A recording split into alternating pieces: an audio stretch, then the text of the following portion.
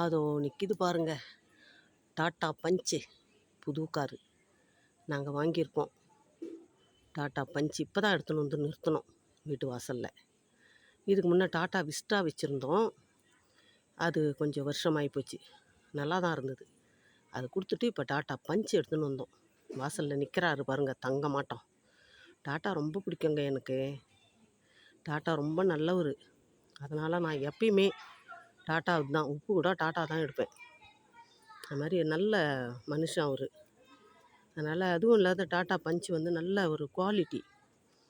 எங்களுக்கு விஸ்டா இருந்தது 13வது வருஷம், நாங்கள் இப்போ தான் கொடுத்தோம்.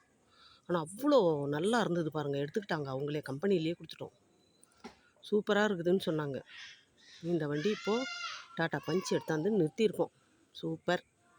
எங்களுக்கு ரொம்ப பிடிச்ச கம்பெனி டாட்டா. அவர் தான் இல்லை, ரத்தன் டாட்டா இறந்துட்டார். ஆனால் அவர் ஞாபகமாக அவர் எங்கள் கூடயே இருப்பார், இந்த வண்டியிலே இருப்பார். அவர் ஆசீர்வாதம் பண்ணுவார். அதாங்க உங்கள்கிட்ட காட்டணும்னு நினச்சேன். என் தங்க வாசலில் நிற்கிது பாருங்கள், என் தங்க கட்டி.